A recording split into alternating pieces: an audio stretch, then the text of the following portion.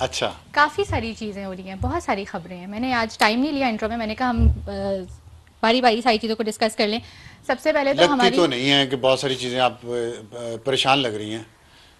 परेशान कुन चीज़ें हो रही हैं ना, क्या मसलन परेशान कौन सी चीज़ हो रही है? वो सबसे पहले बताएं, खैर सबसे ज़्यादा परेशानियां तो परेशानी ना आपको पूछे, किस चीज़ से? वो बता नहीं सकती, दैट इज़ पर्सनल। नहीं पर्सनल, अच्छा चले पर्सनल बताएं। नहीं बता नहीं सकती, बता देना। नहीं बता सकती। चलें पर्सनल ना आए, आप बताएं क्या आपके ख्याल में इस मुल्क में या आवाम को क्या परेशानी है सबसे ज़्यादा? अवाम को तो बहुत सी परेशानी है इस वक्त, पॉलिसी मेकर्स को भी बहुत सी परेशानी है। जिस तरह की न्यूज़ आ रही है इस वक्त, चैंपियंस ट्रॉफी हमारे होने जा रही है, हाँ, और चैंपियंस ट्रॉफी को लेके काफ़ी प्रोपेगेंडा हो तो रहा है इसमें हमारे। पॉलिसी मेकर्स को तो कोई परेशानी नहीं है। ये पॉलिसी मेकर्स को इस तरह की बातों से परेशानी नहीं होती। अच्छा। देखिए पार्लियामेंटेरियंस अपनी तनख्वाहें बढ़ा रहे हैं, ठीक हाँ, है। एफबीआर 1010 गाड़ियां खरीद रहा है, जजेस की तनख्वाहें बढ़ रही हैं, जर्नलों की तनख्वाहें बढ़ गई हैं, ब्यूरोक्रेट्स की तनख्वाहें बढ़ गई हैं, लोगों पे टैक्सेस तो बढ़ रहे हैं। टैक्स तनख्वाहदार तबके से और ज़्यादा ले रहे हैं। तो पॉलिसी मेकर्स को चैंपियंस हमारी ट्रॉफी ये स्लैब वो। बहुत छोटी सी, हम पे शायद इतना टैक्स लगता ही नहीं है, वो जी इसलिए जी वो जी, परेशानी है। आप लोग तो इस मामले में बड़े खुशकिस्मत हैं। हमारी तनख्वाहें इतनी ज़्यादा नहीं, स्लैब बहुत बड़ा है। स्लैब नहीं बल्कि स्लैब है।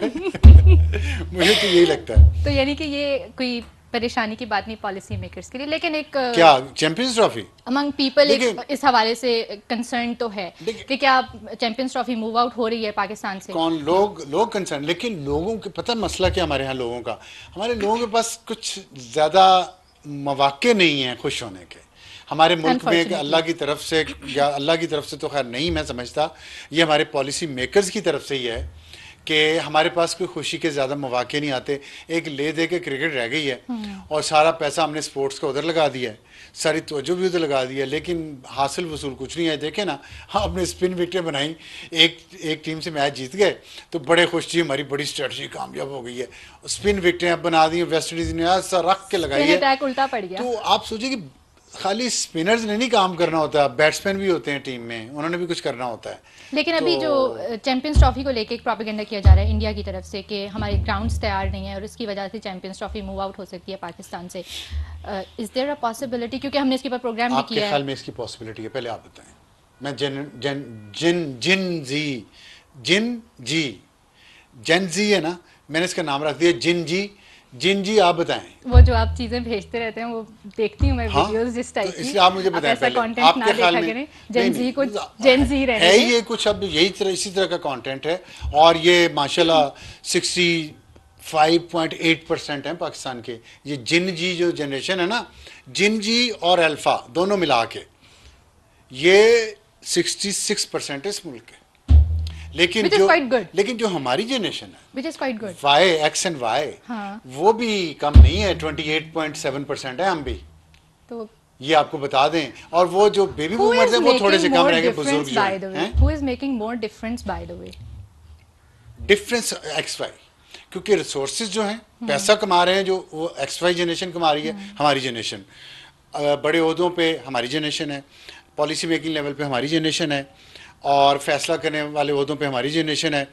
लेकिन जो तो जिस जो इसका मतलब ये हुआ कि आज जिस पोजीशन पे हम हैं, आपकी जनरेशन उसकी रिस्पॉन्सिबल है जहाँ पे आज मुल्क नहीं, खड़ा हमारी हुआ से पहले भी एक जनरेशन है ना, हाँ, बेबी बूमर्स वो जिनको मैं वाले कह रहा और हूँ फिर वो। आप वाली और हम जनरेशन। वाले देखें, हमने ना, हमें मिला कुछ नहीं, दिया हमने बहुत कुछ है। ये जरा आप, हमारे से ऊपर भी एक जनरेशन थी, आपकी एक हमारे जनरेशन नीचे से एक मुराद जनरेशन। ये है कि जो लोग पॉलिसी मेकिंग में इस वक्त हैं वो आपकी नहीं जनरेशन से मोर और लेस। देखिए, वो मिक्स है ना, हमारी जनरेशन भी है, हम उन ओहदों पे जेन पहुंच जीस चुके तो हैं। नहीं है अभी उसमें। जिंजी नहीं है, लेकिन जिंजी जो है वो इन्फ्लुएंस तो कर रही है ना उन लोगों के डिसीजंस को जो ये डिसीजन करते हैं। मसलन अब आप जो कुछ अमेरिका में पाकिस्तान के खिलाफ हो रहा है, मैं आपको एग्जांपल देता हूँ।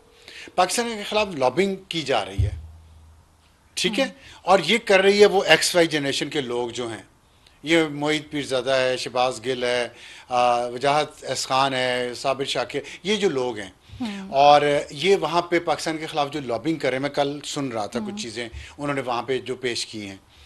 इनको तैयार किन्होंने किया है?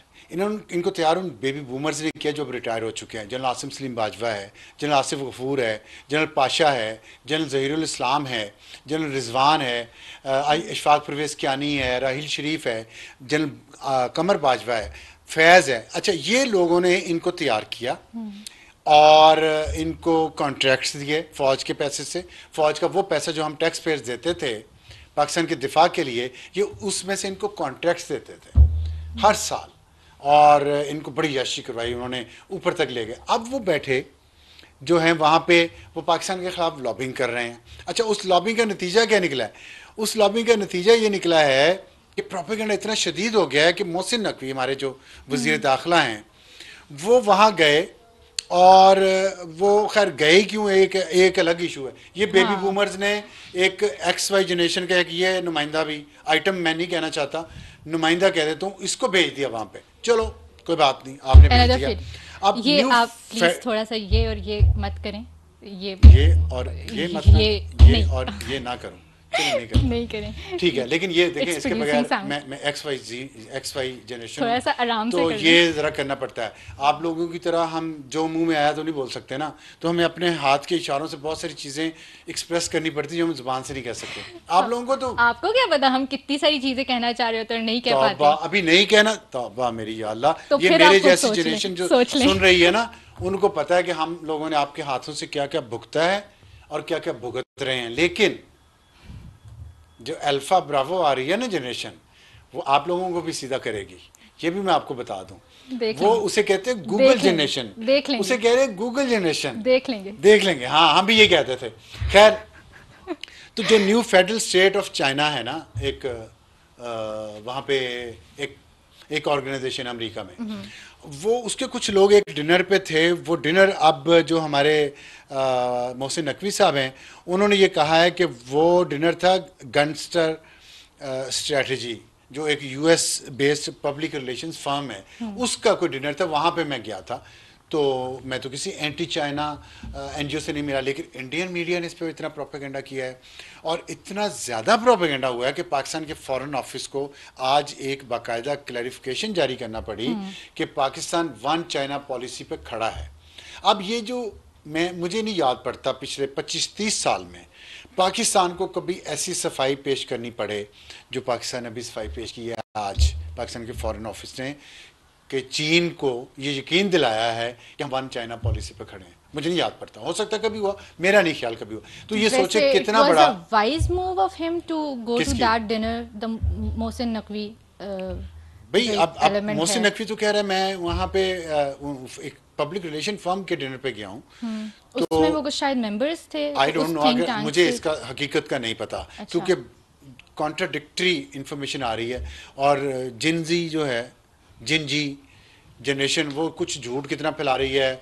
वो पीछे बेबी बूमर जो बैठे हुए हैं अमेरिका में, और यहाँ उनके रिटायर्ड जो उनके स्पॉन्सर्स बैठे हुए हैं, वो क्या क्या फैला रहे हैं पाकिस्तान के खिलाफ, झूठ सच का ना पता नहीं चल रहा। कुछ पॉलिटिकल कमेंटेटर्स का ये ख्याल है, मैंने गार्डियन के अंदर ये चीज़ पढ़ी है कि चाइना पाकिस्तान के अंदर अपनी मिलिट्री प्रेजेंस बढ़ाना चाह रहा है, और उसके जवाब में ये जो मोहसिन नकवी का फेडरल स्टेट ऑफ चाइना के साथ जो एक इनकाउंटर हुआ है, या वो जो उस डिनर पे गए हैं, it's kind of a messaging to China. किस पॉलिटिकल कमेंटेटर ने कहा? उज़ैर यूनुस, वो ओवरसीज पाकिस्तानी, दोहरी शहरियत वाले पाकिस्तानी।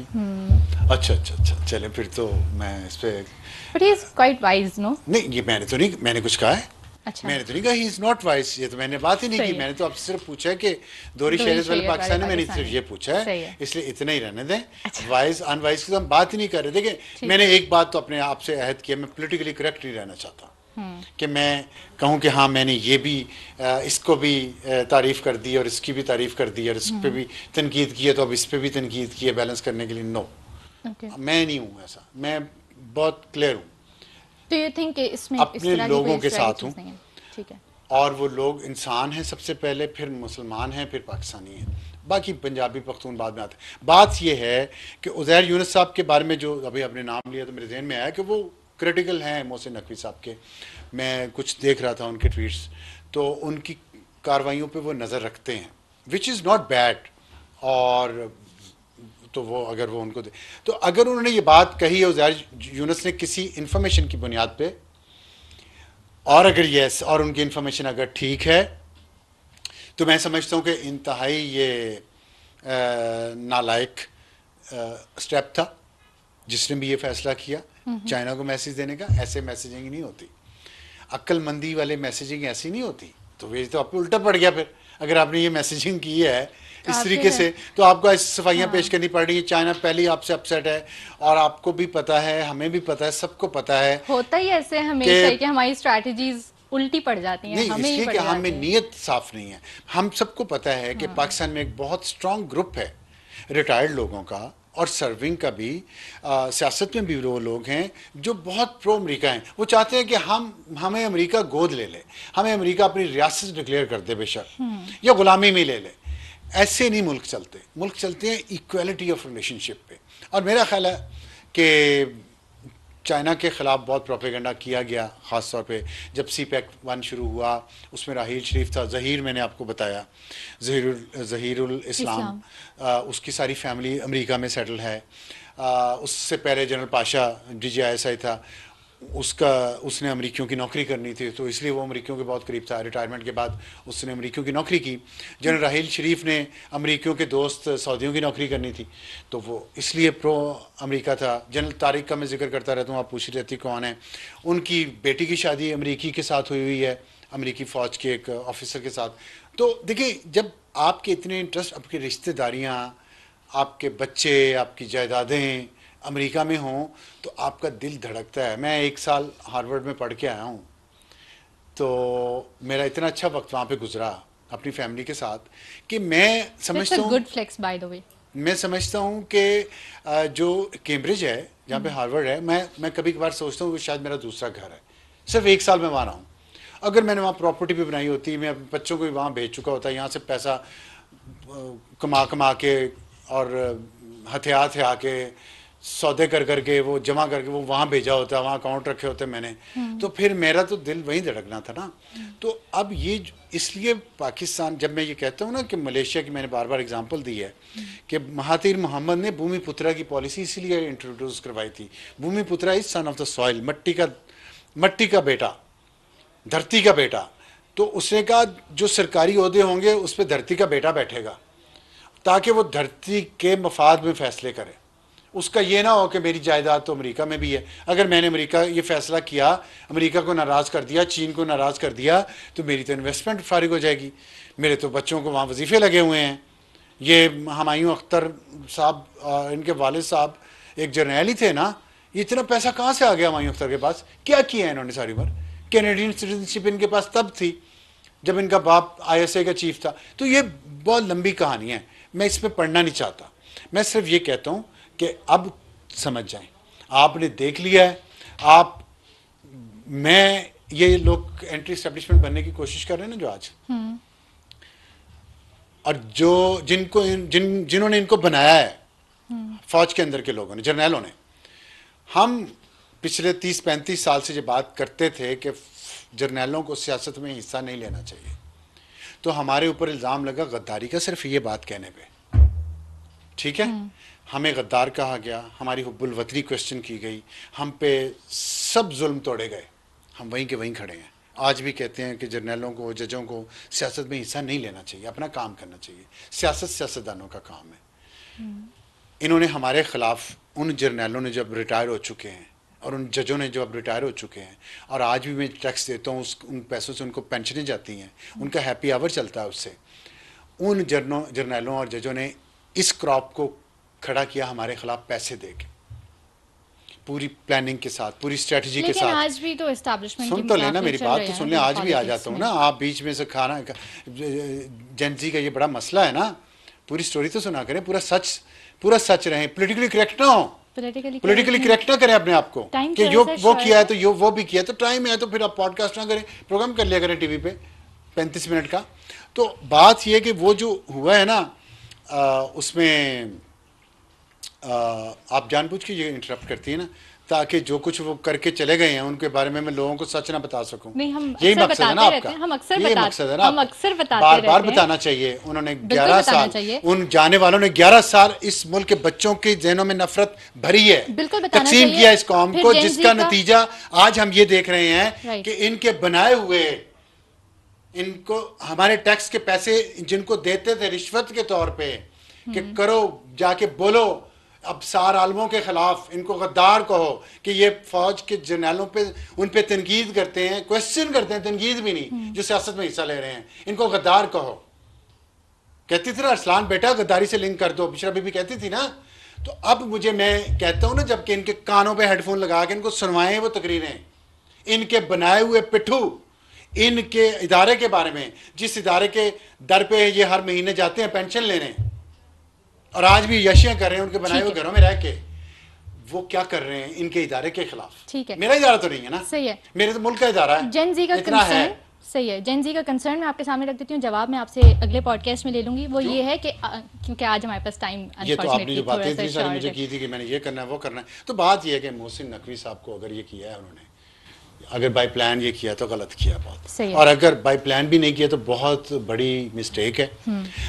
ये जो डिप्लोमेटिक इश्यूज होते हैं बड़े नाजुक होते हैं, उसमें तो अमेरिका और चाइना का जो मसाइल इस वक्त चल रहे हैं उसमें हम अपने आप को इतनी बेवकूफ़ियों में अगर जिसे कहते हैं फुट इन माउथ वाली पॉलिसी अगर हमने बनानी है तो बराए मेहरबानी इस मुल्क पे रहम करें, थोड़ा बैठ के सोचें, डिस्कस करें और फिर ये कोई ऐसे स्टेप्स लें, क्योंकि हालात जो है ना वो बहुत ढाका से, काबुल से लेकर ढाका तक, बरास्ता लाहौर और दिल्ली, चीज़ें बहुत कशीदा हो रहे हैं, बहुत फ्लक्स में, जिसे कहते हैं ना फ्लक्स में है। सही है। और आइंदा मुझे फ्लक्स का दाना ना दीजिएगा, मैंने सुन लिया था, मैंने इग्नोर किया, इसलिए कि मैं आपसे छोटी छोटी बात नहीं, गुड फ्लक्स की बात नहीं, मैंने एक I want to flex that too. I'm proud of that. I want to flex that too. You may.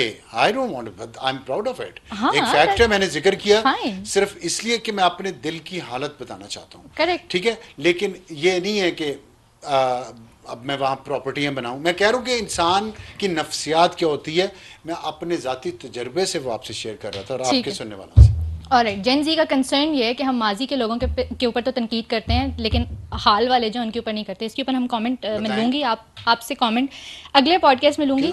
आज क्योंकि टाइम नहीं है, गंडापुर की इमरान खान से मुलाकात हुई है। नहीं अभी नहीं, आप मुझे बता अभी टाइम नहीं, आप मुझे बता दें, अभी टाइम आज वालों के साथ आप भी मेरे साथ काम करती हैं मुसलसल, आप बताएं मेरे ऊपर जो जो कुछ तनकीद हो रही है तो कहाँ से हो रही है? We'll talk about it. चलें, we will talk about it. Gandapur की इमरान खान से मुलाकात हुई है। What अब आपने information do you have about it? मेरी को सुना नहीं आपने, लेकिन कोई बात नहीं, हम बड़े दिल वाले हैं, XY जनरेशन वाले हैं, आप जेन जी तो जाहिर है। I've heard that, but I have little time today. ठीक है। गंडापुर की इमरान खान से, हाँ, you're not in a mood to talk about that. नहीं, but this is the mood. सही है। Podcast mood. गंडापुर की इमरान खान से मुलाकात, what information do you have about it? क्योंकि ये कोई स्केड्यूल्ड नहीं थी, कोई स्केड्यूल्ड मुलाकात नहीं। चले मैं एक बात आपको मजे की बताऊं, अगर मैंने डॉलर कमाने हो, इसी के साथ हम वाइंड अप, अगर मैंने डॉलर कमाने हो आज, तो मैं ऐसा यहाँ पे स्टोरी बना के पेश करूं जेन जी को, जो वो झूठे यूट्यूबर्स की स्टोरियां सुनती हैं और कहेंगे कि अली बिन गंडापुर पैगाम लेके गया है खान को कि आपको फौरन रिहा कर देते हैं, उकाब लेके गया है, बाहर निकाल देते हैं और जेल का दरवाजा टूट गया है और आर्मी चीफ आसिम मुनीर ने हाथ खड़े कर दिए हैं, उसने कहा कि मुझे बस वो दे दो, क्या NRO दे दो, लेकिन खान नहीं मान रहा और मैं ये, और अली बिन गंडापुर को डांट दिया खान ने, कहा कि खबरदार अगर मेरे पास आइंदा कुछ लेके आए, मैं अपनी कौम के लिए यहाँ पे मौजूद हूँ और यहाँ पे रहूँगा। मैं ये कह सकता हूँ और मैं इस पे व्यूज ले सकता हूँ और मैं डॉलर कमा सकता हूँ, और कल ये बात गलत साबित हो जाएगी तो कल मैं फिर डीटों की तरह मुंह बना के तो नया झूठ बोलना शुरू कर दूंगा। मैंने ये करूँगा, मैंने कहा पॉलिटिकली करेक्ट ही मैंने रहना, मेरी कमिटमेंट है अपने लोगों के साथ, और मैं यहाँ से फरार नहीं हुआ, ना अपनी फैमिली को फरार करवाया है और बाहर बैठ के झूठ भी नहीं बोल रहा इस मुल्क के खिलाफ। इस मुल्क के पैसे खा के हराम और यहाँ से हराम कमा के लोगों को बताया कि मैं बड़ा अपराइट हूँ, लेकिन पीछे से ISPR और ISI के खुफिया फंड से आपको पैसे आ रहे थे मुख्तलिफ प्रोजेक्ट्स में। ये जितने बोल रहे हैं बाहर बैठे सबको आ रहे थे, और जो इनको दे रहे थे उनको फिर कह रहा हूँ इस कैमरे के जरिए कह रहा हूँ, उनकी आंखों में आंखें डाल आप क्लोज भी कर लें वैसे इसी के साथ डाल के कह रहा हूँ, सुनो हेडफोन लगा के, शर्म आएगी तुम लोगों को, आनी नहीं है मुझे पता है।